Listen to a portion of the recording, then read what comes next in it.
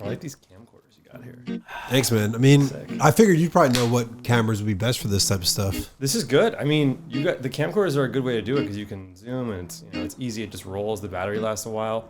Yeah, that's kind of why I got it, because I knew it could record for a long time. Yeah. Because I had the DSLRs at first, and I recorded an episode. It's like, oh, it only got the first 15 minutes. No, that's too much footage. The GoPros are kind of nice too, but like Still make good GoPro. Yeah. there's like a new GoPro. They like use them in movies, right? Oh yeah, and you can just put in someone's face. It's super It's easy. not a bad idea. Yeah.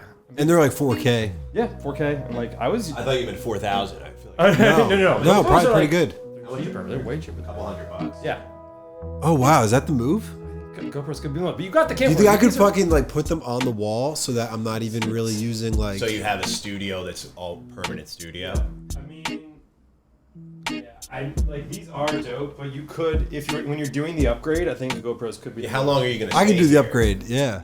Oh, in this apartment? Yeah. At least another year. This place is great, but I mean, I love this area. I was gonna move. I was looking at apartments right next door to you. Classes. We should just start rolling. No, it is rolling. Oh, we are? Oh, we are rolling. Oh, good. 100%. I tried to get... I was gonna say, I tried to catch up. I know, I was looking, I was like, I hope their mics are picking up enough. I was like... Yeah, hopefully you they get kind of something. are. Well, there's that don't new worry. Adobe app that does take shitty audio quality and makes it incredible. Have you seen this? I got to get that too. Are you wearing headphones or no? It's free. Yeah. I was just trying to keep it. Oh, yeah. I was trying to... Oh, you're good. No. Yeah. Wait, so you're saying you're trying to do like shit that makes you happy? Yeah, I mean, this it's is definitely actually perfect. smart. We can just jump right into it. Exactly. Like my career and shit. This is great. I love these. These are beautiful. I love the sound when you're wearing these. Oh, this is great. And I see the problem is I used to have a podcast, and when I first did my episodes, I didn't have headphones, so I would just I'd go back and listen. I was just yelling, and I was I saw you did a podcast for Hinge, right? I did. They're met crucial. My fiance headphones. on Hinge. What? Are you serious? Yeah. I met my girlfriend on Hinge. Shut the fuck up. Yeah, dude. I just got back on Hinge. Wow. I saw you had that post being like, oh, I'm trying a new way of dating. It's going to be off the app, blah, blah, blah. Yeah. You said that? How long ago? A week ago. Dude, it's hard. How you get... Well, I mean, we met during the pandemic. It was impossible. Wow. But like right now, I mean... You have to go out with people. You cannot go up to a girl solo. You'll be creepy.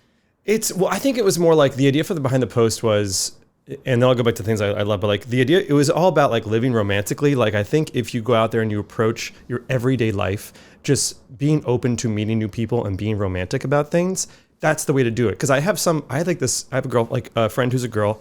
She was like, I want to meet more guys out. And I feel like I come off like kind of like mean.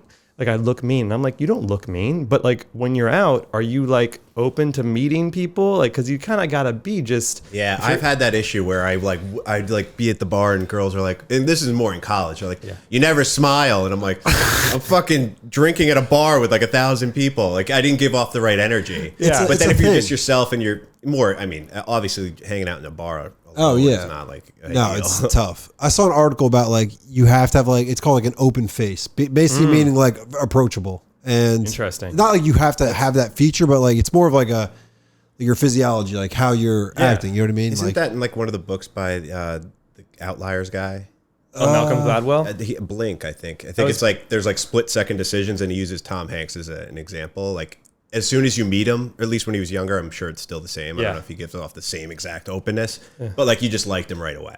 Oh yeah, I heard like 15 seconds within an audition, like they're like, I love this guy already. Yeah, something like that. You're the one who told me. Well, you do know, you can always tell with an actor if they're right for the part. I would think people always ask, how long does it take? I'm like, it pretty much is instant. How are you going to convince them? You're saying like, what are they going to do to convince you? If they start crying out of nowhere, it's like, oh, it's further get security, like, get them out of here. Exactly. Too much. But I did watch your movie At Midnight last night. Same. And I did want to know about the casting process. Were you involved in it, or was it Paramount Plus just put their people in? It was the Jonah Show for casting. I mean, when the director comes in, my job was to get a cast around Diego Boneta. So Diego Boneta, basically like Justin Bieber in Mexico. Yeah, I saw you had 2.6 million followers on Instagram. I was like, who's the this main guy? You can't walk down the street. I had never understood. In America, he's famous. I was like, he seems like such a regular guy. He's very handsome. He's got this movie star. Not crazy handsome, though. Not like crazy, unapproachable handsome. Charming. He is very relatable handsome. Yes, he's relatable handsome. He's not 6'3", which is what you're looking for. Yeah, he's not 6'3" jack. And I don't think those are the right people for rom-coms. Like a Hemsworth isn't a guy that should be the lead of a rom-com, I don't think, because that's unattainable handsomeness. Ryan Reynolds, for some reason, is able to pull it off, and Gosling. But yeah, that's because Reynolds is super funny, I think. Yeah, and like that's about as good looking as you can. Yeah. Like James But even Marsden, he was the fat guy. James Marsden can pull it off because he's a little shorter, I feel like. But Marsden also was like in 27 Dresses, he's like the nerdy writer. And it's like, yo, you'd be so lucky to be with James Marsden. I don't think he pulls it off. I don't think James Marsden pulls it off. He's funny though. Yeah, I think he's better as like his smaller roles though that aren't. Oh, he's what he's best in? Sex Drive, where he's the older brother and he's the douchebag. Wow, Sex Drive. I haven't seen that. He is hilarious in that movie. Cheers, That's where I was like, I love. Yeah, cheers. Friday night Cheers from vibes. Talea. Yeah, we should introduce you. Yeah. This is Jonah Feingold. He is a cheers, brother. filmmaker. He's had the movie At Midnight, Paramount Plus, and Dating and New York. There we go. Also Paramount Plus and Hulu with a higher subscription. Correct. Yeah, you got to pay Yes, for I was looking, dude. I was doing. I was trying to do my research. Yeah. So you have a big Paramount Plus connection? Well, because the movie came out and I like met everyone at Paramount, they were like, you know, what's kind of fun that we're going to do. We're going to get Dating. And we're going to put it in a section of Paramount Plus for Valentine's Day weekend as like rom-coms to watch. And so That's perfect. It's very cool. I mean, I didn't have a Paramount Plus connection prior to getting At Midnight. Well, if you have one, I want to be on Survivor, so you could set Ooh, that up. I have a friend that almost got on Survivor. You know what? Have you done the audition hard. process? Yeah, it's No, I haven't hard. even got past making a video. Do you really want to go on Survivor though? Yeah. You know, it's like a year of your life, and it's like, you know, You would do it. Yeah, it's Okay. already time just auditioning. Okay. I mean, I would definitely audition for it. Do you think Go it through the full year. has? Do you know? Does it like fuck up your body? Yeah, Don't a lot of people it get really must. fat after it? Is that a It thing? must fuck up Yeah, your body. yeah. It's all it's real, right? I Oh, mean, it's they're- yeah. A lot of them get addicted to food after and shit. Really? I feel like you wouldn't though. I'd be surprised if you did. I wouldn't. I know You I'd have to feel go on be a like. diet right away and be very strict. I think I'd be good at it. They do, and they do psychological tests. Yeah, It's a yeah. whole thing. Yeah. Anyway, Oh, no, I would do great on it. Yeah. you would have made. Yeah, you'd be amazed. For At Midnight, when I got the job to direct the film, the first thing I sort of said was, let's build the cast around this. So what you do is you work with a casting director, but you target actors that you want to have come audition. So we auditioned a lot of different people, and ultimately, for the lead lady, Diego was already attached. So when I pitched on the film, You're like, he's looks good with him? Was he a producer? who feels good with him. It also looks good because they yeah. he was a producer. He's been with the project for 5 years, and it was always his baby. And then when they hired me from seeing Dating in New York, I was like, okay, I want to get a really cool cast. Chemistry is so fucking important. We're gonna chem read you guys. Ultimately, it was over Zoom because I got COVID and Diego got COVID, so we chem read over Zoom. But by the way, for any filmmakers listening to this, you can totally test chemistry via Zoom. Because these two have, I think if the movie is anything, the movie has great chemistry between those two Yeah. actors. I mean, I'm for on sure. Zoom all day, and it's, some people you're like, it's like a little icky, even though you're like, I don't dislike this person or anything, but like, there's always like a awkward vibe, even on Zoom. I agree with that though. If you're gonna have chemistry, if you have chemistry on Zoom, you're gonna have fucking chemistry. Yeah. Yeah. It's like It's 100%. By the way, going into it, you That's a don't good think point. you're like, oh, you can't tell over Zoom, and I was proved wrong. It's I was almost like, I think crazier you because you can can't not because- look each other like in the eyes. It's almost harder to have chemistry. So if they do have chemistry, it's like, wow, they must really have chemistry. they must really have it. Yeah, that's a good point. So we had actresses who came in who were incredible, and I think one of them was the best actress I've ever actually worked with. Meryl and Streep? Meryl Streep. Actually, it was an actress from a show called Industry. Do you guys watch Industry at all? I watched the first 3 episodes ever. I think maybe 4. Yasmin. Her I name's tried Marissa watching it with my Abuela. parents, and it was just too much. Like, That's sex. tough to Is watch. she the You know, one it's who like- has sex with people for money? I don't think No, no. that's That's Girlfriend I don't Experience. think so. No, there's a character in the industry who does. That's the finance show in England. Yeah. Did she lie about her college degree? Yeah, Is that Marissa's character who that's does the first episode. It's Yeah. Oh, interesting. Okay. She's like incredible, but like you get to meet all these different actors, and when you're assembling your cast, you're like, okay, who are the funniest people I want? I want Kat Cohen, who I think is the funniest human being on earth. I want Anders Holm, Workaholics, Yeah. such a beast, and Whitney Cummings, and so Yeah, Whitney Cummings. Oh my God, It was she's an- Very it was an legit cast interesting for your mix of- first. studio movie. yeah, interesting yeah. mix of people. Yeah, like I mean, Anders. Yeah, he's hilarious. Whitney Cummings, I wouldn't see her in that movie. Yeah. But then she's in it, and I'm like, oh shit! Like, and she's big, like in the comedy scene. And She's so amazing. Yeah. She's Yeah. the smartest person I've ever met. yeah, she went to Penn. I bet. Period. And she's like had so much success that she like transcends kind of like she's just transcend, like she just doesn't, she knows so much, and she's met so many people Yeah. and different types of people. That's why she's great on podcasts. Like, Yeah. she's like And a her legit show's interesting amazing. Have you people. guys Oh, listened yeah. to her podcast? Yeah. There's only one. There can only be one Whitney Cummings. Yeah. Like there's no one else is Yeah, like she is her. very unique. Yeah. She's super unique. She's and a triple threat. Yeah. By the way, congrats on your podcast. This is awesome. And you got the logo and everything here. Hey, yeah, my mom got me that for my birthday. No way. Yeah, Dude, that's birthday awesome. present. What is the Big parent? 3-0. the parrot stand for? I just fucking dicked around on its Photoshop. I had a giraffe. I thought my mom did it. No. Interesting choice. Yeah. No, it's just I combine a lot of different, like that's like 50th logo. You know what I mean? Sure. And it's not even the set one. It's just that my mom was like, "Do you have a logo?" I'm like, "Yeah, try this one." But when the show's fucking huge and you get the Spotify deal, this is going to be like a relic, and it's exactly. I'm going to want that in my room. It's 65 mil. If I saw that at like one of the stores on like Bedford, it would stick out. You're not going to buy it, but it's going to stick out. I would buy it. Like I might change my name. SDS like with the lightning bolt is awesome, dude. Yeah, it's Photoshop right there. The little skills you learned. So when did you go to film school and stuff? I did. I went to USC for film school, but I've been making shit since I was like fucking like literally big enough to hold a camera. Like stole the camera from my dad's closet. Spielberg. I watched Fablemans over the weekend. Yeah. It is kind of like Fablemans. It's like DV camera vibes. So it was using something like this that we were recording the show with, and it was using my sister and my dogs, and we were making movies. It is kind of like that's why I liked Fablemans. Although I actually have such hot takes on that film about how it's really not that revealing. That his most revealing film he's made to date is actually a movie called Hook, which is my favorite film of all time. That's Rob. He did that. The Rob Williams one. Yeah. Damn, that's a great movie. No, I just thought it was a Rob Williams like movie. One of those early movies that like there's certain scenes that you get like sense memory from. I'm like, 100%. Oh, I see the baseball. The kids eating the fucking colored shit. I haven't seen it in 20 years, other than like clips maybe on TV real quick. Yeah. The food is one of the greatest scenes. Yeah, the baseball, the fucking mask coming down on the plane. That movie. He just asked on his last podcast the best Robin Williams movie. That might be. That was up there, right? It's up there. Mrs. Doubtfire might be ranked, but like, it's more synonymous with Mrs. Doubtfire. I mean. Yeah, Robin. I mean, I think Dustin Hoffman is Hook. It's a transformative role. You can't even. I didn't know. Every time I was little, they're like, "It's Dustin Hoffman." I'm like, "Who's that?" Yeah. It took me. Then I watched The Graduate, and I was like, "Okay, so it's that guy." It's that guy. Yeah. But I went to film school, and I ultimately like. But I've been making shit for a long time. I instantly got a job at DreamWorks Animation, where I worked for like 4 people when they were doing Sausage Party and like a Madagascar. I thought you were going to say like Bug's Life. I'm like, damn, man, you look young. Thank you. That's Pixar, by the way. But I got fired, which is an important thing to say. What'd you get fired for? Being a horrible assistant. I had jumped in from school to having 4 bosses. And here's how I should have known. The guy I was replacing at the desk that I had, like, again, the head of the studio and 3 directors. The guy I was replacing, I go, so where are you going next? Are you getting like bumped up? Like, he's like, no, I was recruited by Google to run a division of their company.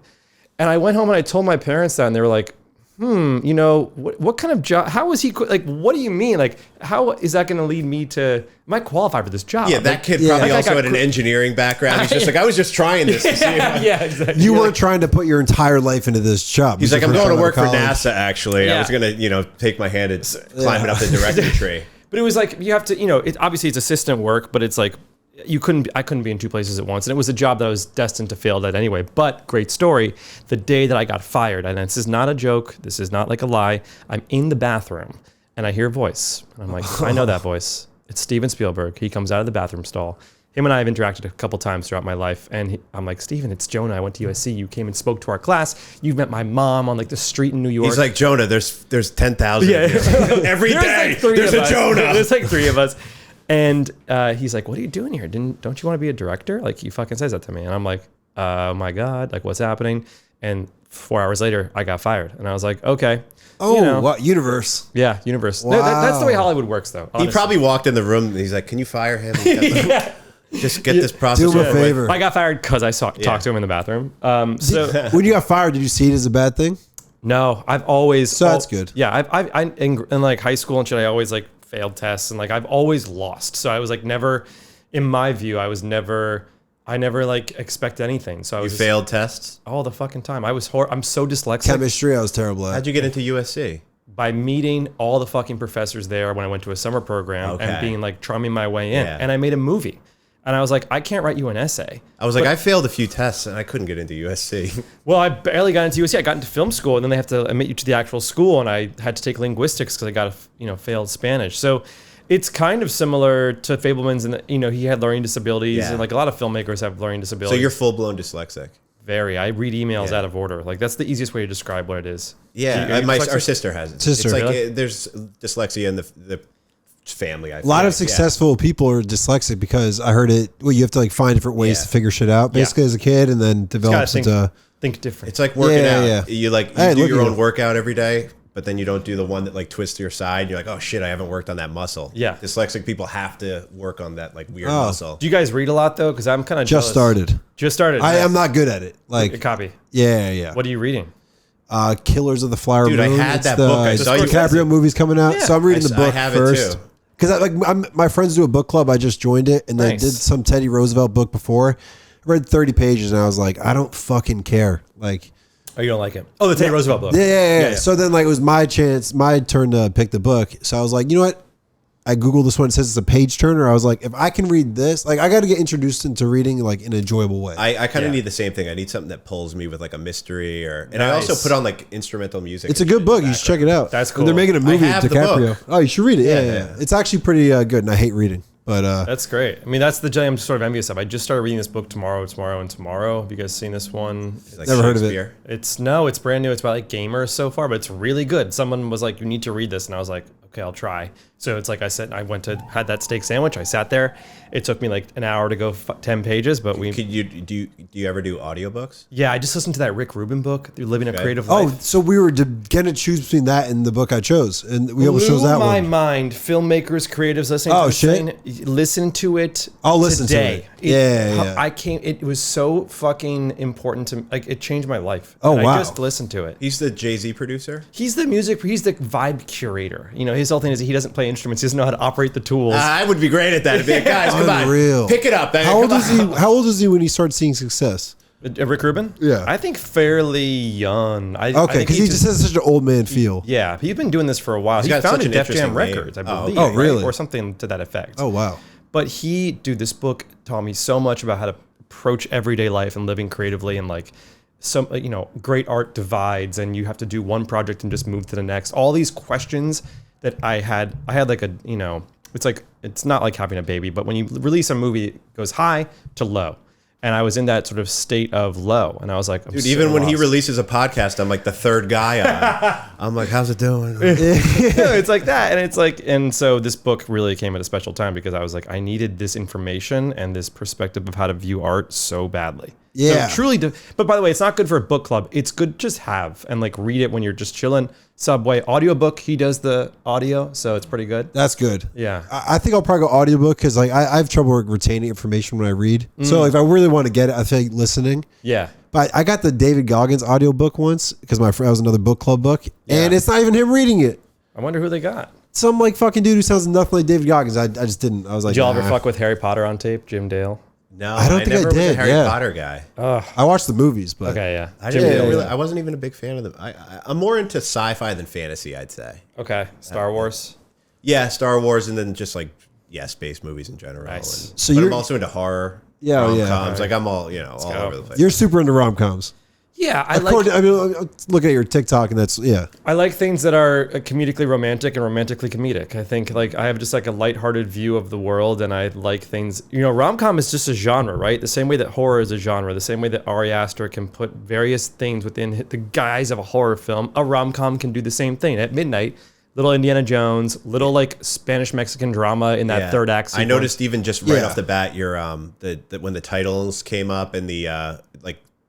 This actor, that actor, you had that old school feel. I love the old school stuff. And it was a movie with filming movies in it. I love that stuff. Yeah, I forgot. Well, there's a little moment at the beginning. You get to direct 2 movies at once. You're like, let me try an action movie here. Exactly. Yeah, it is cool. Fuck, I'm trying to think. There was a moment at the beginning where I was like, I noticed something. I forgot what it was, though. The opening credits were designed by a Disney illustrator named Asia Ellington, and both of my films so far have had hand-drawn opening title credits because I think it's like, to get to employ a illustrator is such a great gift that if you have a financed movie, you're hiring artists. Like that's all the job is, and I think people sometimes forget when they go watch a movie that this is hundreds of artists that have been employed, who have families, who like get to do what they love to do. So that's why Adam Sandler's such a great guy. He's like, I don't care what all you people are saying. I'm getting all my people together and we're making a movie and having a blast and everyone's making money. He's an idol for me because he just does what he wants, does not give a fuck about what anyone thinks. But his movies are for the masses. I mean, his movies are amazing. What's your favorite Sandler movie? Big Daddy. Oh, so because it's got like it's funny as hell. Yeah. It's got the romance. It's kind of sad at one point. Like it's tearjerker a little bit, but then happy ending. That's kind of like the perfect movie. I completely agree. Yeah, I'd go around there, or Billy Madison, or even Billy Madison's I like Anger Management a lot. I love it. My mentor directed that movie, Pete Siegel. Yeah, I haven't seen it since I initially saw it, and I think I was expecting like Jack. Yeah. I think I should go back and watch it because I was young and I was expecting like crazy Adam Sandler. Anger Management. Yeah, I would consider it comedy.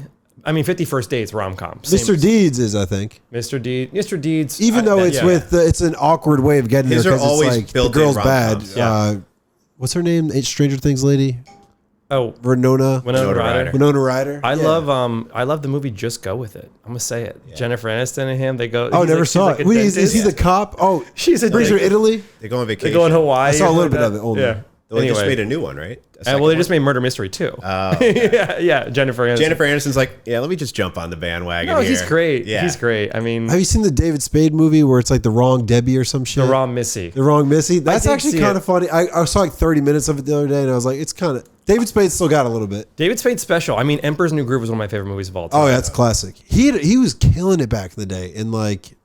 Now I feel like he just kind of picks and chooses what he wants to do. Well, he's not young anymore where he can just be... Because his movies were like kind of rom-com. They always had that angle to it. Tommy Boy kind of is, yeah. And in real life, he dates like 25-year-olds. So like, it's not going to be a good look in the movie. Honestly, every comedy is kind of a rom-com in a way. It's like there's always like a fucking like couple. Even like Neighbors, like Seth Rogen and his wife. In a way, like that's their romance and all that bullshit. Yeah. That might be a bit of a stretch, but like that was the first comedy that came to my head. I was like, boom. Well, you need... People have relationships. Like if you're doing a movie about people, you're old school, 100%. Luke Wilson and what's her face? The Grey's Anatomy chick. That's 100%. Oh my god, I forgot. Yeah. Well, that's exactly. You know what's interesting? You say is that like sometimes when you're making a rom-com, sometimes I have to remind myself that it is the balance of comedy and romance. So like for both of those films, Dating and At Midnight, I always leaned heavily more on romance. But when you're in a theater and you see people laugh, you're like, oh, next time I do this, I want to make shit funnier because I can do the romance. Yeah. But I didn't even try. Like,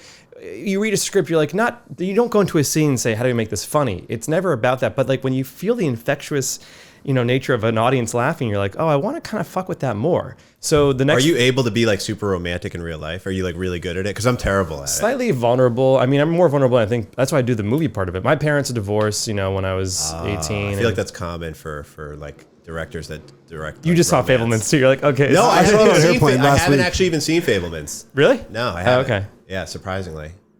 It's good. I mean, I'm always like, it's a little long and not the right time. My girlfriend, my fiance, wants to watch it. I don't know. Being vulnerable, it's something I'm really trying to become better at, honestly. I think when I meet the right person, I can be vulnerable. But like you can write it and you can like direct it. Yeah, dude. It's all about it's like inside you. You really don't know how you'll be in a relationship until you're in one, and like if you could just like talk to people, you'll probably be. Did you meet your girlfriend on Hinge as well? Yeah. Wow. We were listening to some podcasts on Hinge. No, I'm playing. Wait, can I ask both of you guys? So, what were your opening lines on the on Hinge for fiance and for girlfriend?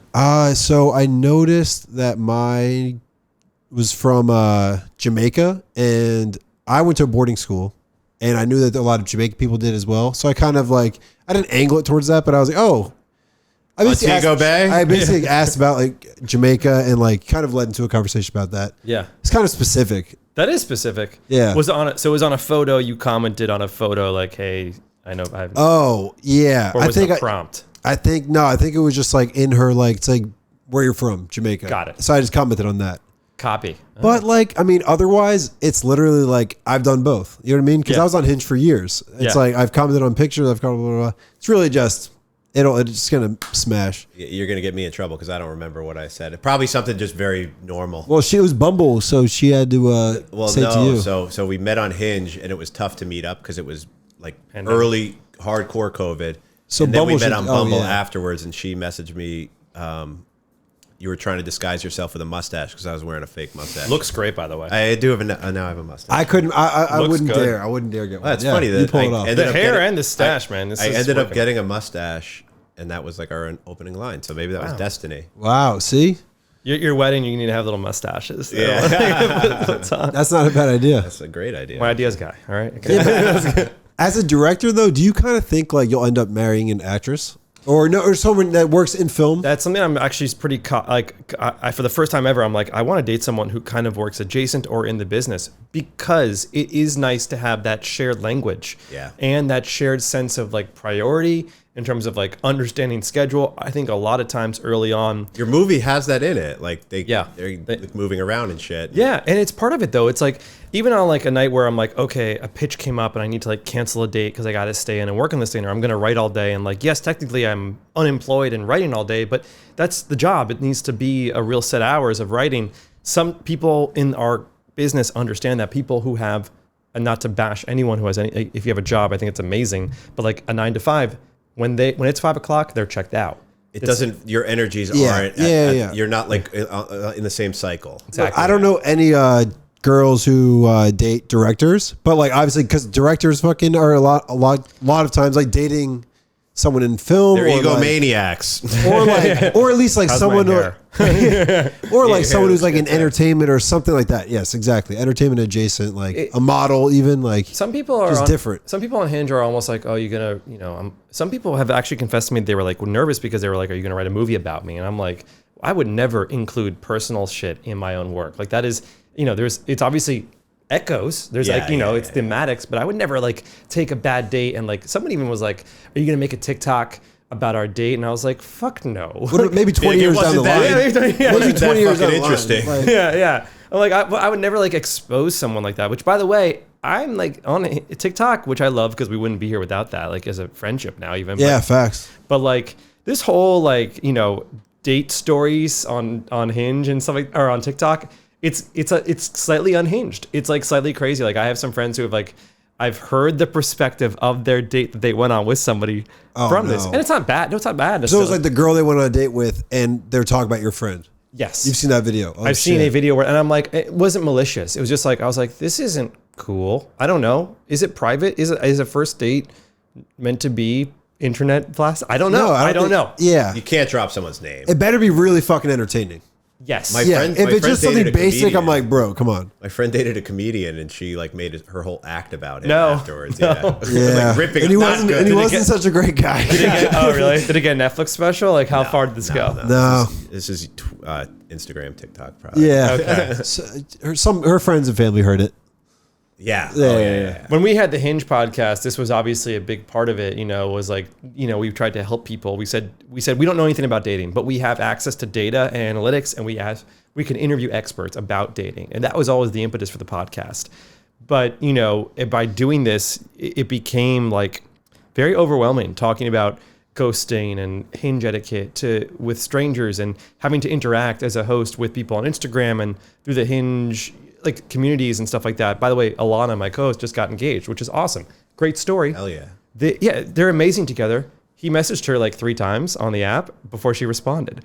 And that was like one of the rules we had. Like, don't respond. She wanted to stalk her. Exactly. There's no perfect way to do it. There's no such thing as a true dating expert. Unless it's like, the obvious don't do's, but it's like, don't be a psychopath. What were some of the weird analytics that you remember? Black and white photos overperformed. So like if you had a black and white photo, you get swiped. Jonah, where were you 5 years ago, my friend? Dude, I think I might have had a black and white photo from a wedding. I always do it at the end of my Instagrams on a phase of just that one really shocked me. I was like, what do you mean black and white performs better? Like that was an interesting data. There was stuff like single shots, like, basic things, but by the way, I used to work at BuzzFeed, and thumbnail theory is very similar to Hinge theory, which is see the eyes, smile, bright, easy to, medium close-up shot. These are all things that we considered when you made a thumbnail for BuzzFeed, because video is usually performed only by what your thumbnail looked like, which, by the way, is common knowledge now. But BuzzFeed did invent this. In fact, BuzzFeed had a tool that would test thumbnails in real time, and then the winning thumbnail would automatically, after a week. Wow, didn't you say some YouTube guy pays like Mr. Beast? Yeah, Mr. Beast. He's one who I think made it like popular like this year. I feel like people really got onto No, I'm saying like to the common knowledge, not people in the business. Correct. You knew about the value of the thumbnail. In 2015, we're talking here, when Quinta Brunson, who's now Emmy Award-winning, Abbott Elementary showrunner, was my boss at BuzzFeed, and then Ned Fulmer, one of the Try Guys, who I don't know if you guys. How do you make that jump from BuzzFeed to Abbott Elementary? Great. Well, Quinta in that case for her, she was like a BuzzFeed star. She wrote, directed, starred in her own work. She's one of the funniest, most talented, kind. So it was like BuzzFeed videos and shit. She was making videos, and then she had a pilot that she wrote. She got a really great showrunner on board, and she made a wonderful show that has resonated with audiences everywhere. Oh yeah. But you always knew with the talented people at BuzzFeed. At BuzzFeed, funny enough, I tried to work there for years. I sent them emails and they never responded to me. One random night, I made me with Survivor. It's you with Survivor. one random night, I made a parody trailer called the Star Wars Wes Anderson parody trailer that was a rip of the Force Awakens trailer. I saw your Wikipedia. Yeah. Which is randomly it's on there. Yeah. But, it's the number one thing. I also don't know who writes that because it's like has a whole paragraph on the Hinge podcast. There's some kid be like, oh, no, I'm like, Wikipedia didn't delete it. Nice. And then there's someone in the talk section that says, did this guy really need a Wikipedia? Someone probably really listened to you a lot on the hit. A lot of people listen to podcasts and you really get to know somebody. So they probably heard that and you get to know a lot about you. Maybe they went and wrote You should have a Wikipedia. I mean, Paramount Plus. If Paramount Plus, they're putting your movie there, they want people to be able to click on you and there'll be a Wikipedia. There probably is a connection between those two. I don't know. Yeah, there's got to be that. Yeah, but the question is who, like, I don't even know how it works. Like, they may have done that for you. Is it 20 people adding little things and then it turns into like 3? I think it's something to that in that effect. But so I make this viral video, in YouTube 2014, 1.5 million views in 48 hours was a lot. Damn.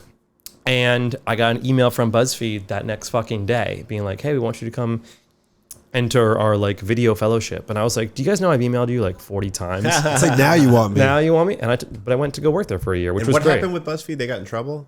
Well, BuzzFeed I think it just flew too close. It was Icarus, flew too close to the sun. Okay. All right. So what do you think the best rom-com of all time is? Holy shit, you're really hitting that question? Yeah, I had time to think about mine, so those are impossible to answer. No, they're not. For me, they are. The Hook. It's Hook. Emperor's New Groove. Julia Roberts. Yeah. The best rom-com of all time, honestly, the more and more I think about like all the elements, is probably The Apartment, a Billy Wilder film, and I'm trying to just give a different answer than When Harry Met Sally, which I do think is the greatest. But I thought you were going to say When Harry Met Sally. That one's amazing. By the way, have you guys seen Fever Pitch? Yeah, of course, we're Boston fans. Which one? There's 2. What do you mean there's 2 Fever Pitches? The Jimmy Fallon one. Wait, what are you talking about? Damn, dude. I know something more than you. There's a Colin Firth one. The same premise? Yes. No, but not Red Sox. No, it's European soccer. It's a remake of that. Oh. Yeah. When did that come out? Before the other one. And they just kept the same name. I guess a pitch is the soccer field. Yeah. Interesting. Yeah, but Fever Pitch. Love that movie. I love that movie. Fan. But I don't know. Billy Wilder one, it's an old movie. It's called The Apartment. It really invented a lot of things that get done today in rom-com. Who's in it? I feel like I've heard of it. Jack Lemmon. Jack Lemmon. Yeah, okay. it's iconic film, and I don't know. I like a movie called L.A. Story, which is a Steve Martin movie with Sarah Jessica Parker, one of her first roles. Like these are obscure answers. Like It Happened One Night, I think is a fucking goated rom-com. That's a good one. Who's that? Antonio Banderas? It Happened One Night. It's Frank Capra. It's either Cary Grant or even someone more old school. You definitely give an old school vibe with even I'm just saying from like your TikTok and your social media. Definitely There's a lot of good New York. like random movies, and the 70s are always great. Like I just went through like a run on those back in the day. Yeah, I don't touch Jack the old Nicholson ones. used to kind of do some rom-coms. You would love the old stuff. As good as it gets with rom-com, probably, right? Yeah. Everything is. What do you think of like the rom-coms that are like 4 couples, throw them all in one, like a souped up like Couples Retreat. Couples Retreat's like the number one. Kind of. What's She's Just Not That Into You? Oh yeah, that's like the Marvel Avengers. That's like the Avengers. And then they do like Christmases. Valentine's Day. Yeah. Before Christmases is good. Well, those are interesting because what you really learn as you work in production is like that's just a shooting schedule thing. They're like, okay, the producer's like, let's see, we only need Bradley Cooper for 4 days. Yeah. We only need Julia Roberts for 4 days. Like those movies make sense in terms of how they're made, and I get the box office potential. I think there's too many characters to track in like a 2 hour, 90, whatever. That one like kind of pulls it off. Most of them. Those have to be weird to make. Like to make the full vision, and it's like we're doing this on this day. It's like it's like a puzzle. Well, you really want the best movies, I think, are the ones where you get to all hang out together for a long time. Yeah. At midnight, for example, we all lived in an all-inclusive resort in Mexico. Dude, that's a dream. For 4 weeks. Playa Mujeres. It was an all-inclusive. It's called Atelier. Is that off Cancun? Is that an island? Yes, it is off. Well, no, that's Isla Mujeres. Yeah, exactly. So this is near Cancun. And we did 1 week in Mexico City where we shot at the Luis Barragan house, which was awesome. Oh, it's sick, dude. That's like the ultimate way to shoot a movie. Have you guys been to Mexico City? No, I've never. My old roommate from Greenpoint is living there right now. Really? Yeah, he's been there for a long time. People love Mexico City. Yeah, now. I gotta go. I love going to Mexico, but every time I go, I just go to the beach. He met a girl, dude. He could be a rom-com story, man. He really could be. Oh, he met one. I didn't He's know dating the mayor's daughter. Are you serious? Really? Yeah. Wait, the mayor of not the mayor. I think like dude, there's like a smaller. There must be a smaller like subsection. Like the mayor of like Roma. Yeah, he's not the mayor of Mexico City. I don't think so. He's like the mayor of his local like drinking club. Yeah. He's on like the committee or whatever the fuck it's called. Yeah. That's amazing. No, it was a really wonderful experience to go shoot somewhere abroad, and I don't know, when you're all living there together, it's like you get to have dinner every night, you get to drink, you get to family. Family. How long was the shoot? 30 days. Oh, so wow. 30 days, you get to know people real well. Oh my gosh, yeah. And you live in a hotel, you feel like Eloise or some shit like that. How long before you filmed the movie did you know you got it? I got the job in November. We filmed in January, February, March, and wow! So you did the casting that quick? Well, yeah, we moved pretty quick. We're prepping though. But here's the thing: movies happen very fast. When a movie is happening, it's going. The longer it takes to complete, the longer a movie takes to get going, I think the less likely it is to happen. Oh yeah. Oh wow. So we started right away, and I knew what I want. And I wanted Monica, I wanted fucking Anders, I wanted Kat Cohen. So you knew you got it in November, and you had to cast. So how long did the girl, the main girl from? How long did she know she was the lead? She had the lead. Well, Top Gun 2 hadn't come out yet, and Monica was like auditioning for jobs, and we share an agent, and her agent sent me the clip, and I was like, she's amazing. Let's get her in for chemistry reads. I think all within a 3-week period of time. So she for sure knew she got it, probably in December. So you had her before you knew that Top Gun 2 was like. I hadn't seen it. People actually told me, they were like, are you sure? Oh, it had been out though. No. Okay, before, because it was a major, it was not a surprise major hit. People knew it was going to be big, but people didn't know how big. It got both audiences. It got guys and girls. A lot of guys were pumped for it. A lot of girls loved it. Yeah. Well, we love Tom Cruise. By the way, to show you how skeptical people are we haven't seen, we don't know if Top Gun 2 is good. And I'm like, yeah, I'm like, first off, you do. Well, it could have been awful though. Tom Cruise doesn't let shit fail anymore. He doesn't let shit fail. Also, look at the team. Also, I don't give a fuck. I saw her tape. Monica's incredible. It doesn't matter what Top Gun 2 is like.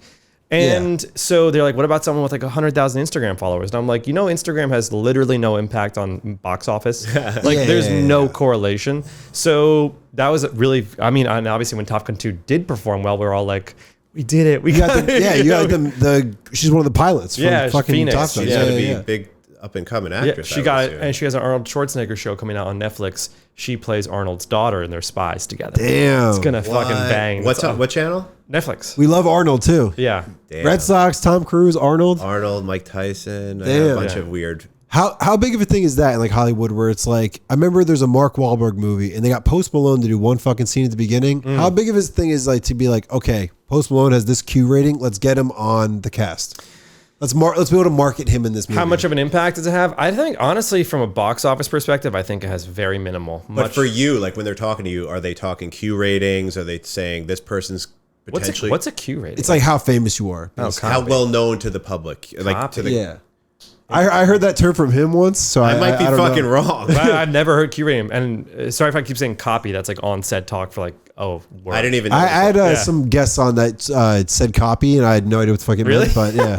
Who'd you have on? It was these rappers from around here. Oh, they're saying copy? I'd be like, all right, 6 o'clock, they're copy. I figured, I was like, okay, it's 10-4. It's like a radio copy. You're just on set. It's like basically an emotionless version of okay, got it, sure. It's yes, fuck off. Yeah.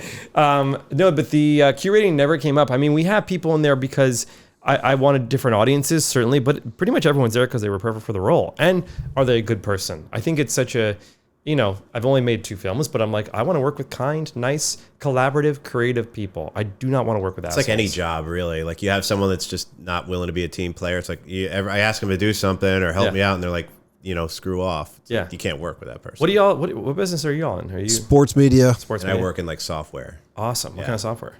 Compliance software. Cool. That's, so you sell it coding? to insurance or small startups to get compliant with. Is that how you had Chris Murch on the show? Because you guys would do sports stuff together? No, I just TikTok. Nice. Honestly, you never know who's gonna say yes. Yeah, Chris Murch.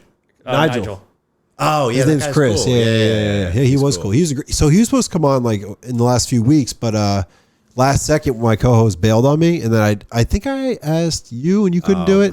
I had a date, and everyone I asked they couldn't do it, so I left Nigel hanging. But we'll reconnect. Yeah, he's great. I love Chris. Yeah, him and I met through TikTok, and like what I love about his work is that I'm secretly just saving all his stuff, so it's like location scouting for me. Smart. You know, he's going out there finding all the great spots. I'm just like, I'm gonna go. He's doing your dirty work. I'm gonna shoot there. That's true. That's good thinking. Yeah, I mean, he finds great locations, and when I made Dating in New York, I really wasn't reacclimated with New York yet because I had just moved back from LA, and now having lived here again, I'm from here, but like having reacclimated, I'm like, oh my gosh, I'm gonna go shoot at Bernie's, you know, which is an iconic spot. Place is sick. I stopped by there before. Here, I'm gonna walk over after. So good. And like that's an important place to people our age and people, you know, who live in Brooklyn. So like I think it's so important to include locations in cinema that like smart. You know are significant. Do you watch Succession? Of course. Do you know we think was it the bar they filmed that last episode? We think it was Corner Bistro maybe. Oh really? Yeah. Oh maybe. I think there were some tweets about that too. I don't know. By the way, Corner Bistro, I have a rule that if I'm within a 10-block radius of Corner Bistro, I go. You know, I've never been. What is it? Corner Bistro. I've heard of it. I've heard of it. Anthony Bourdain loves Corner Bistro. Oh wow! So it's one of the best burgers in New York City after J.G. Mellon. Yeah, I've always heard that's the number one. I feel like it's like more like Raoul's or Minetta Tavern. I've never heard Raoul's or Minetta Tavern. Same meat supplier, I believe, from Minetta Tavern and JG, but JG's the best. No, JG is the goated. Yeah. Oh, okay. I'm trying to think. I've been to best JG. One. I've been a few times, good, and it's not that hard to get in. It's not. There's two of them. Yeah, and they got the little fries like that, right? Two. You got to go to the one on the Upper East Side of the original one. I didn't go to that. I've never been to that one.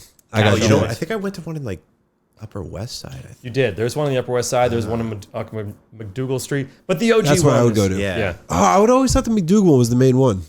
No, the one on the Upper East Side. My dad's been going there since he was a teenager to start, to drink when he was back like when 16. they were a nickel a burger. No, truly, it's like that story. I mean, I love going places that I know parents or older, family friends have gone to like drink alcohol. Like I'll go prioritize those places. There's a place called Dorian's. Oh yeah, I owner went to our high school. Yeah, really? Oh, you bartended there. You're right. He's a part owner. Went to the high school. Yeah. Awesome. So we have like our high school's reunion parties and shit there. Are you serious? Oh, like the Wednesday before Thanksgiving? Our flag is up in the back. Really? Yeah. No, like an alumni event type shit. Yeah. Got it. That's fun. Yeah, it's cool. Yeah, Dorian's is good. The preppy Penrose. What's that? There was a murder. Yeah, the murder. There's a stabbing. Yeah. It was him, bro. That's why he's on the podcast. Exactly. He's out of jail. You caught that guy. Yeah. Oh yeah, what a piece of shit. Are you worried about AI like with starting to write scripts? No, I'm not worried about it because I think the nuance isn't there yet. It's exponentially getting smarter, but like it doesn't know how to write dialogue that sounds nuanced. And I also think that film, like the act of being made by a computer, takes away from the human element that people enjoy watching movies. Yeah, I mean, you would think it does. Well, there's going to be some sort of rule that you're going to need to state who gets credit for something. So if you're like, a computer wrote it, it does lessen like the impact of it. I think no, for sure. It's like it's like a lab grown diamond almost. Yeah, it's a great assistant. Exactly. I love AI because I can go there and be like, list out 20 different rom-coms that were made in 1998 that did well at the box office. So I can sort of do that kind of work. It's a great assistant in that capacity. But sometimes, you go see a painting in a museum and you look at this brushstrokes and you're like, oh, this was made by, Picasso. So like I see him painting. Or you go see a movie by, Michael Bay. You're like, oh my God, Michael Bay's on set fucking yelling. It could show you some really cool stuff. Like imagine you could plug it in and be like, give me an amalgamation of Tarantino, 96, Wes Anderson, Paul Thomas Anderson, and it throws it and makes a movie that you can watch real quick and be like, oh, that was interesting. But like it's almost interesting because a robot made it also. Exactly. Like, it's interesting because the robot made it. Yeah. But I feel like a lot of it's movies in Hollywood now, because I feel like a lot of people do complain about the way movies have been lately. I feel like a lot of it is like spreadsheet movies. That's why I call them, because it's like people like this, people like this, people like this, blah, blah, blah, blah, make a movie. Because to get the money behind it, you got to basically prove the concept of like, people like this, we're going to have this in there. I think like Netflix wants to put out a certain amount of those movies because it's just automatic eyeballs. And then it's like, well, let this number of people be artists and do their thing. Yeah. This many have to go by the script. Like, it's portfolio. It's super difficult to make a movie is so hard, right? When Netflix wants to go make a comedy, they are obviously looking at their data. Oh, this actor or this actress does well for us, so let's slot them in. They were great in Stranger Things, let's put them in here. And sometimes the budget of comedies and rom-coms and stuff like that has decreased. You know, back in the 90s, they were $100 million movies. So you could attract the likes of Nora Ephron, Tom Hanks, Meg Ryan, Julia Roberts. It's a different energy. And because there's less money, there's less time. Because there's less time, the time is the biggest thing. It's like, they're cutting every hour there's a budget for an hour. Exactly. They want to cut all those. But if you're Ryan Gosling or someone that can go make a movie and do whatever he wants. What was that movie where him and Michelle Williams, they like lived in a house together and like Blue Velvet? Maybe? Blue Velvet? Oh, Hotel Room. Or something. Yeah. They like lived together for like a month. Like it was like unlimited time. Yeah. Some investor probably gave them a handful of money to make a cheap movie, but they also there's like 4 actors in that movie. They used every dollar. Yeah, they probably had ownership. You know, for Dating in New York, every one of my crew owned part of that movie. So they all got paid a ultra low rate, we call it. Yeah. But my cinematographer, my production designer, and that's the way I love to make movies. You know, like if the next film I want to make, I want to go back to my investors for Dating because I was independently financed. And I want to be like, let's go do it again. Let's double the budget, which by the way is still very tiny. And that way I can give ownership to everyone in the crew and the cast. And then it becomes a different experience. It truly, truly does. And I think a lot of these movies that are getting made, they feel rushed. They feel not permanent because how many are getting made, but it's really tough. And like also executives, like clashing heads, producers, executives, directors, actors, streaming mandates, all these people on a fucking email thread trying to figure out what notes to give. And not every single person on that thread has read the book Creativity Inc. Yeah, not everyone is as committed either. So some guy's like doing 5 things. He's like, fuck it. And by the way, and change the color of the and their word has power. So like, you know, and keep in mind, some of these people who work desk jobs, they didn't take that leap of faith as a child and say, I'm going to go be a creative. I'm going to go live at home or not make any money or like, you know, work 4 jobs to maintain this career life. They took the job route. Yeah. So there is that immediate disconnect that will exist. And that's where I see the biggest problems is when there's somebody who doesn't know the power of their own voice and says stupid shit. And I'm like, do you know how to give a note? Like, I'm not saying your note's bad or good. I'm just saying there's a way to do this that like Pixar and Disney does it, where they're all artists and they all know how to communicate with each other. And it's all about the best idea winning. So there's a book, that's a good book too, by the way, Creativity Inc. Have you guys heard of that one? Yeah, I've definitely heard of it. Is it Pixar? Pixar, it's Ed Catmull wrote it. It's all about how they create a creativity business, you know, the business around. Yeah, like those guys have it mastered probably. Mastered. Or at least like as much as you can master something like that. Because a lot of it's out of your control. You're hiring people that it's like, you know, at the bottom of the, you know, the further away from the top you get of a big business, it's like this person's just got a job and he's looking for his next one. So that business is people are giving notes and it's like they're just giving the notes and they don't realize that there's someone that eventually actually has to do what they're saying. Exactly. Like I was like editing someone's show once. And it was just like the notes coming in. I was like, this is fucking crazy, bro. And like, was it just a lot or they were just like not even watching? They're like, can you add a second there, minus a second there? Something would get confirmed. Something that takes like hours and hours to do would get like confirmed. Like, okay, you're good. Because like, or else I would have stopped it. Like I gave like a preview and then it's like 2 days later, it's like, no, let's change all. It's like, okay, you're saying this, but you're not really realizing there's someone like, I'm not ChatGPT. You know what I mean? Like, it's crazy. Do you think AI will take that over? Just like simple, like, you know, like 1 second edit, you know, but like, I bet I could feed my footage into something and it'll be like, hey, AI, make it so that when Jonah's talking, he's on the screen, blah, blah, blah, blah. Well, that already exists. Does it? Yeah, you can Alexander, you might be listening to Chop. You could do auto cut 100%. There's multicam auto cut. But not if you have multiple people talking at once, that's where it gets confused, you know, and if you want a reaction shot, it can't sense a reaction, but it can sense when I'm talking. Yeah, like kind of like Zoom. So I definitely know it exists. Yeah, kind of like I do like to get reactions in there, but like my editor is this dude from Abu Dhabi. Nice. Murders it. Yeah. Really, he's from Abu Dhabi. Yeah, he's from the Philippines and Abu Dhabi. He lives in Abu Dhabi though. Oh wow. What's his name? Alexander. What's up, Alexander? Alexander Balthazar. Crazy name. Alexander Balthazar. Sick name. Sick name. That's a great name. Yeah. Holy shit. Don't worry, man. You're safe from the AI. I feel like it's a fake name. I don't know. He's gonna watch this, but it might not be. I trust you, Alexander. Let's see. You got any good hypotheticals? It was tough. What's your least favorite movie of all time? Least favorite? Yeah. Or what's a shitty ass movie that you just fucking hate? It's hard to have a least. Oh my god. Yeah. It's tough to have your most hated movie. Fuck. The most annoying answer in the world is like I don't hate after having made 2 films and having them released to the public. I don't hate any movie. That's a great answer, actually. It's so. I've gotten the highest praise. I've gotten the most deep shot insults into my heart. What is like the worst insult you've ever gotten? I think the New York Times calling me insufferable was pretty tough. How the fuck could they know that? It's not the New York Times calling you. It's like one writer who they employ. Dude, I know. That's true. And he reviewed both my movies, and I'm like, why are you even watching them at this point, man? Like, you don't like me. Because his first article did well or some shit. Maybe, I don't know. But I'm like, but that one kind of just hurt. I mean, it hurts, right? Yeah. Well, because you want the New... Because like your whole life you hear like, oh, the New York Times. Yeah. But dude, New York fuck Times, it. that hurts. You don't need the New York Times. You got the SDS, I bro. know, but, yeah. I think it's just like I love film criticism, and I studied it in college. You know, there's a whole major around critical studies.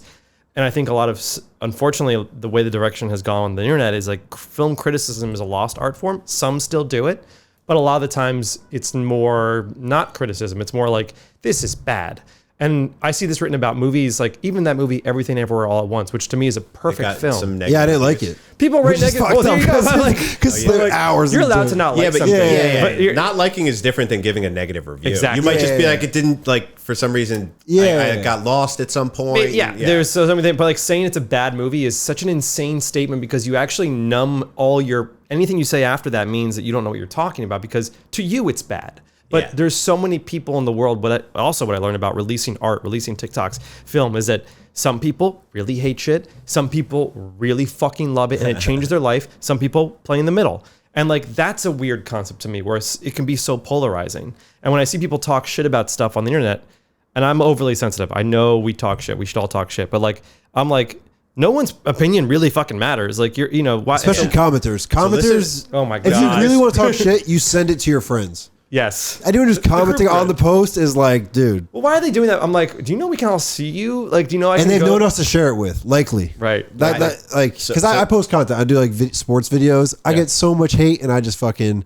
If you click on their profiles, they're not with 100%. it. They're whack. Well, can we talk about one thing in regards to that? Because we've now said... I'm not pro talking shit publicly. What do we think of the new New York, I Heart New York logo? I haven't seen this. You guys don't know about this? No. Come on. What? Last week? Let me look it up. This is good TikTok This is fodder. good. This is a good... So basically, there's your question that we'll look at. So last week or 2 weeks ago, they released a new logo for... I Heart New York or I Heart Radio? I Heart NY. And... It doesn't look like you have an app named I Heart Radio. Was that me? No. And We Love NYC? Is that the new logo? Let me see it. Yes. It's got to be it. Yes. So that's the new logo. Why change something, bro? We're still not going to buy the hats. To sell more bags. Lost its mind. Oh, really? It fucking lost. It was like graphic designers were like, very smart graphic designers were like, look, I'm not one to insult someone's art, but look, it's off center. This thing doesn't make sense. Like, but is it the state of New York did it? I believe the city of New York did Or is it this. like all No, this is canon. This is canon. This is like okay. And there was a New York Times article, and I don't know where we landed, so hopefully someone in the comments can explain it, but I believe there is like some sort of work being done to it because people lost their fucking mind. And like, it was such an interesting decision because the iconic logo of I Heart New York is beautiful. It's like the Yankees changing their logo on their hat. You don't. Yeah, see it that. really is. Why the fuck did they change it? So why change it? And then why, if you are going to change it, why was this a decision? And sometimes they should have been like, it's temporary. Yeah, it was Cuomo. It was motherfucker. It's the last thing he did before getting. It's we April. Changed the logo. It's April Fool's month. Wait, yeah. No, there's no. They should say it's April It was April Fool's Day. It should have been. But it was such an interesting moment where I was like, look, I'm all for like change, like all that stuff. But I Heart NY feels like an opportunity to invite all of New York's most brilliant artists in a contest. And you get to vote. Yeah. You get to like fucking vote. What logo do we want? It's a people's decision, right? That would be fun. Yeah. Kind of fun. The thing is, better than what the fuck they did. I don't That is even know if crazy. it makes sense to even like you can't even change it because it is what it is.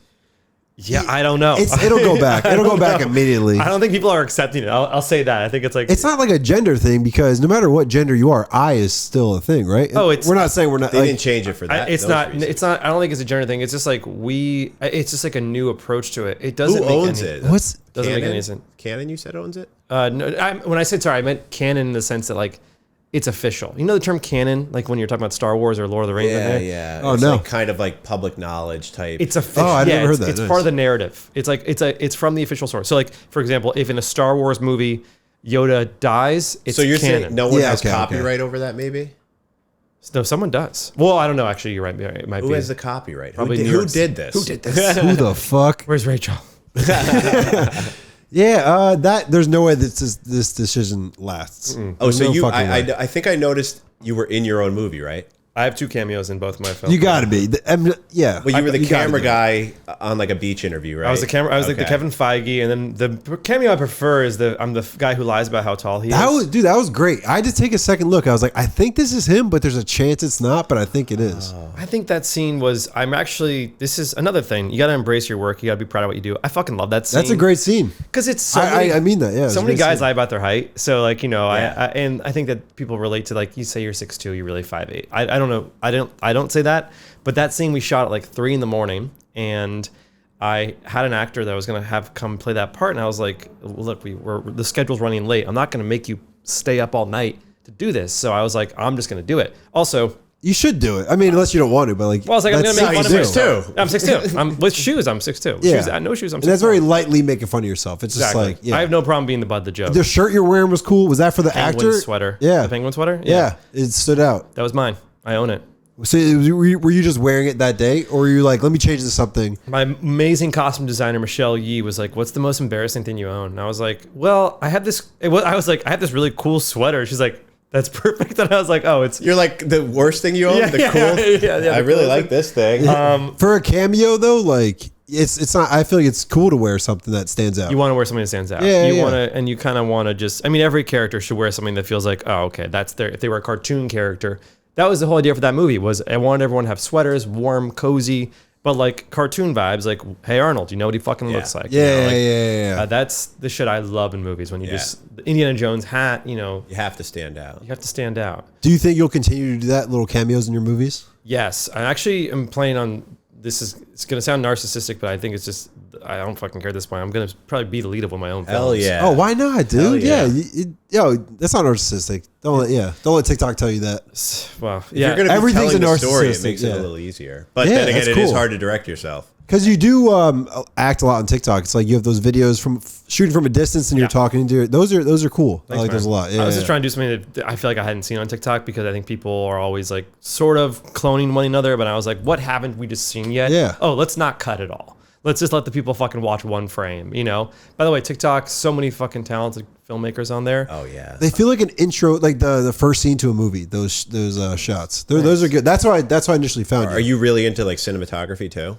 I mean, it's just been part of the gig, You gotta know how to do a little bit of everything. But are there like certain shots that like you have a goal of hitting, like some sort of long shot or something? I love oneers. I really value framing these days, and backlight. These are like small things I've just sort of like. I really love a good frame. I love good backlight. I love motion on every plane of the field. That's cool. And so this movie, are you guys Jewish? Jewish? No. You ever been to bar mitzvahs? I've never been. Never got invited. Yeah. Only one Sweet 16 too. We grew up in like an Irish, mostly like Italian, like Catholic town, I feel. Yeah, a lot of Italian But people. only one Sweet 16? Isn't that kind of like are those common? We went to boarding school. Yeah. A lot of girls also got in trouble because like people would drink at the first Sweet 16. Really? Yeah, the one I was at, that happened, yeah. This movie I would be in is about a 31-year-old guy who has his bar mitzvah, which you're supposed to have when you're 13. Oh, that's cool. Dude, that's a great Which idea. I've never had. I was saying I wanted to get one. You never had one? No. And I'm like 2 lessons in, and I'm like sort of going through the process myself. You're really in real life? Yeah, I don't know if I'm going to actually have You one. can throw a party? Well, we're going to have a rap party for the movie. You got to fucking throw a party. You haven't gone on Birthright, right? No, I haven't. I was supposed to go, and there was missile attacks the weekend I was supposed I heard that you can, one of my Jewish buddies was saying like I could do it. Not that I'm gonna like take advantage of the system, but like you can. Really? It's easy. Yeah. Like really? After you get your bar mitzvah, you can do it, right? Even if my 23andMe says no Jewishness? Yeah, you can. There's definitely programs that let you do it. They want to have people go to Israel and get educated. Oh yeah, maybe now's not awesome. I know. It's like you're gonna be around a bunch of young girls. So the movie's gonna be a film, not a documentary. No, it's gonna be a feature-length movie. It's basically about a 30-year-old guy who opening scene is he's talking to his grandma, and his grandma's like, "Where's Molly?" And the guy's like, we ended our situationship because she wanted an ethically non-monogamous thing. And my grandma's like, what is that, like a dish? and he's like, no. And then scene goes on. He runs, a couple scenes later, he runs into Ava Shapiro. And Ava Shapiro is the most beautiful girl in the world who he had, met at sleepaway camp. And she gave him the over the pants hand job. But he stopped being Jewish. So he was dyslexic, very much like me. And what you find out is that his parents were divorcing the year that he was supposed to have one, so it didn't go down. And anyway, this is this girl that he runs into 15 years later, the OTPHJ, this famous story. And he's like, so what are you up to? And she's like, I'm a bar mitzvah tutor. And he's like, no way. I'm actually looking to have one. And so it becomes about this Was romance. he already looking to have one? No, it's about how far you would go for someone that you think you love. Yeah. It's like, I fucking need a bar mitzvah. Yeah. I've never been bar mitzvah. Exactly. It's I've never been bar mitzvah. And it's like all of his friends are like, are you doing this because you really want to become a man, or because you're trying to fuck Ava Shapiro? And he's like, I'm obviously trying to become a man. But it is a journey of coming of age, because what you realize is the grandma, it's about guilt, towards the grandma. Yeah. It's about accepting the fact that maybe this person, you're idealizing love. Who do you foresee playing the love interest? Gosh, I don't know. I don't know. I visualize the person I know who at camp, who we all loved. Her name was Rachel. What'd she look like? We'll try to cast her. Yeah. Well, it's like Natalie Portman if she was 32 years old. Classic. Zoe Deutsch. Zoe Deutsch. She's great. Zoe Deutsch. She's a good rom-com actress. That's a good idea. As a director and I guess the creator of the film and the lead, who would be romantically involved with this co-star, do you feel a little like? Is that weird? Weird being like, hey, do you want to do this movie with me? And here's the script. I think at this point we're all like professionals and adults. Yeah, I figured. And the hard part is going to be chemistry. It's like a Michael Scott thing. Yeah, it's like, Jim Carrey did that for Dumb and Dumber. He's like, I want what's her name, the actress? Because in a way you are kind of doing that, but you're not. Because you are kind of trying to pick your fucking dream girl in a way. 100%. You need to have chemistry. I mean, and by the way, her and I don't end up together. So that's the other beauty. Spoiler. Can I allowed to leave that in the podcast? You can. Okay. So there's that, and it's about chemistry. Who do you look good on screen with? Who do you have a natural energy with? And also creative partner. Like I want someone who is going to be there to help elevate each other as actors. Because Jerry Ferrara, one of my mentors and Turtle. So he was yeah. He gave me a great piece of acting advice when it comes to talking to actors. And he was like, look, if you ever have an actor who doesn't really know, how they're feeling in the scene, they're nervous, whatever, just go over to that actor and say, make your co-star look good. And it's such a simple piece of direction that actually does an amazing job, because you don't think about yourself anymore. You think about, how do I make the person across from me look good? Oh, that's great advice. He's canon. He's canon. Yeah, no, Jerry's canon. Jerry's the best. So there's that, and that's like the spiritual journey I'm going for. But that's a longer play. It's going to be an independent project. That's not going to be like a. You're going to age out of it, dude. Because you want full control over that. I need thing. Full control. Yeah. Oh, dude, that's going to be sick. No, you could definitely. So I don't know how I found out you were 32. Yeah, I would have thought you were younger than that. I would have thought I was older than you. Yeah. Yeah. You're 30. I'm 30. Yeah. I would have thought you were like maybe 28, 27.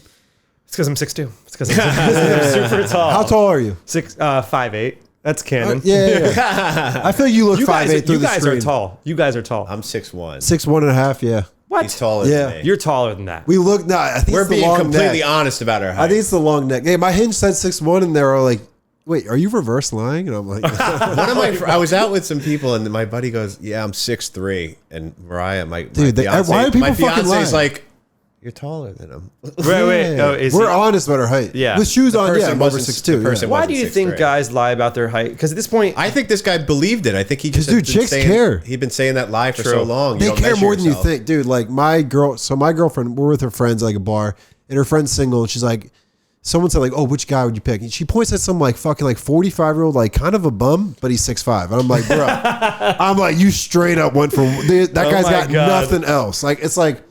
I say to someone, they're like, "Oh, that guy's married." He's like, not fucking. If you only want 6'5" guys, good luck. There's not that many out there. Like, there's not that many 6'5" guys out there. Tall. And if they're studs like Tyler Cameron, like I love Tyler Cameron. Do you know that guy? I've met him a couple times. Yeah, he seems like. I mean, he's like I feel like chicks love that guy more than they love anyone else. And Matt James is like 6'5", dude. Like, like those guys. When you walk in a bar, when you walk in a bar, you're the tallest. Matt James. Like it. Oh yeah, your head pops out.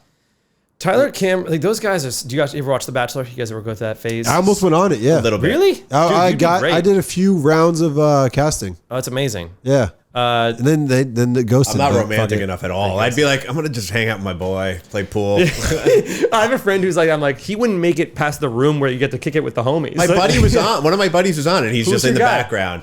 My buddy Nick, he was. Okay. I don't know. He made it on multiple episodes, but he was like never really. He was always just hanging out with the guys. He was just the guy who was there. My favorite season was the Tyler Cameron season where all the guys became boys. Like I know, and it was also the season at La Quinta where they did during the pandemic where they're all like, oh yeah, we actually all like each other a lot. So they had one dude that was the villain because like they all for the most part really were good friends.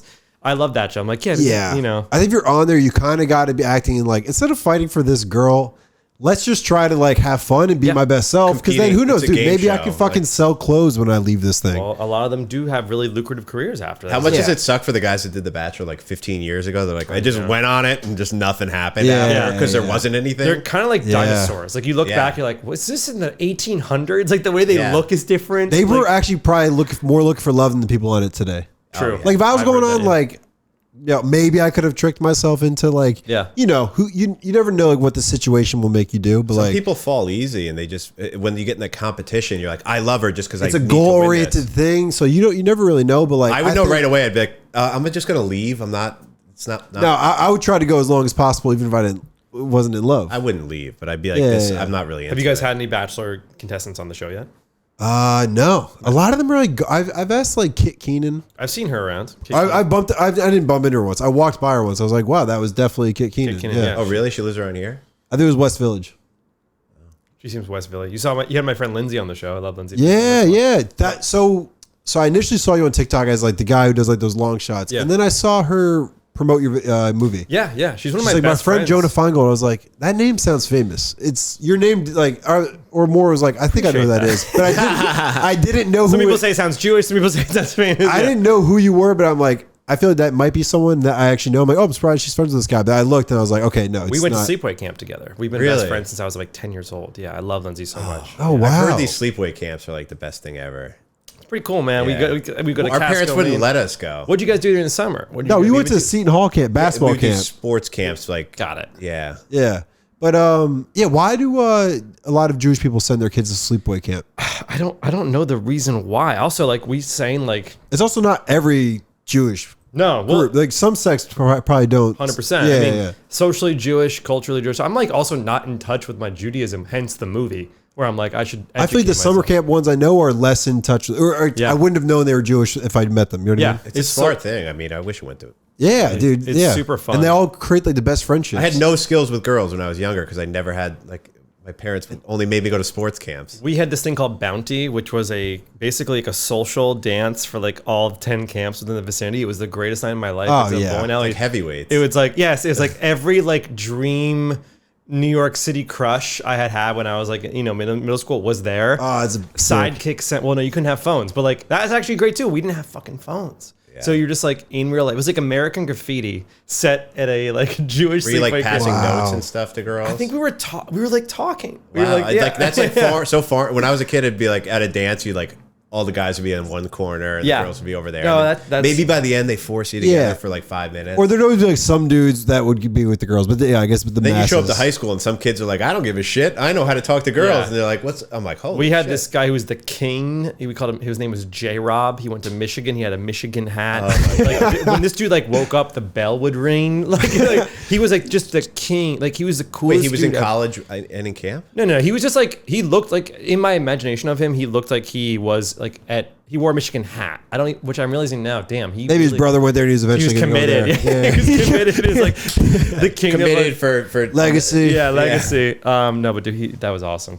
He ran camp. Yes. Wait. So, what age would you start going to camp at? I went later in life. I went later in life. I was like, 8. I was 8. I was 8. No. I was fucking. I guess it was like 7th, 8th, 9th grade kind of vibes. Yeah. That's probably the best years to go. You're not like afraid to leave. That's when you're your trying parents. to get your first kid. Everyone's like, you get there, you're like, so where's the booze? Like, or I don't even know if you guys did that. But I'm just saying, like, partying though. Yeah, it's actually very young. Yeah. I started sake bombing when I was like 14, but that was after camp. Did you guys? I think 14. I probably had my first beer. I think I did it in Westchester. They did a lot of sake bombing up there. Sake bombing at our boarding school town. I never went, but a lot of people would go because they wouldn't ID. Yeah, exactly. Yeah. That's why. I was part of that whole Sushi Gen thing, which was a New York City spot where they had newspaper on the back wall covering the back room that was part of a SWAT raid because they knew they were having underage kids drinking there. It's like a Dorian's Legend, but like fucking full on shut down. But some of the best nights of my life back then. Yeah, truly. They let you drink. Run right under a cop's light. Sake's an interesting one to start on, but hey, whatever's available. Yeah, like the bomb, like just and it's because they were letting people in. Like, yeah, they didn't give a shit. Yeah, they're smart. Yeah, real smart. Yeah, real smart. For so long. Let's see. It's been an hour 15. I think you guys want to wrap it up. Yeah, wrap it up. up. This was great. This was yeah, of course. This is a great time. I usually start with a song, but we got so into it that I didn't even do it. But I'll end with a song for sure. I love that. I feel like this is appropriate given your. We'll go with this one. Given your rom-com history, I went to Spotify, typed in rom-com playlist. How many rom-coms has this been in, you think? All it needs to be in is a few. This is in the one where the girl, they make her good looking. Yes. Never Been Kissed? Is it Never Been Kissed? And then Not Another Teen Movie also does it. She falls through the stairs. And Never Been Kissed. How to Lose a Guy, or 10 Things I Hate About You. There's that one too. Yeah. Which one's that? Drew Barrymore's great. That's Heath Ledger and Drew Barrymore was great. Yeah. That's Heath Ledger. So Five Leaves, you mentioned, is named after Heath Ledger. I'm not sure what the connection is, but his best friend started Five Leaves. Yeah. Are you serious? Yeah. That's awesome. Yeah. I was going to throw it in there earlier, but I was like, I like just letting it go. One summer, two people. Yeah. Anyway, Jonah Feingold, his next movie's coming out. I mean, it's not going to be the Bar Mitzvah one, but... Well, we'll see. Well, we got things in the air. To be determined. To be determined. It's going to be the Steve Driscoll Show movie. Yeah. I'm glad to put this one out. This was sick. I appreciate you guys having me on here. Thanks, guys. Thanks for listening. Awesome. Thank you. Thanks, Mike, for coming on if I didn't say your name. Awesome. Now we have to go back to regular life.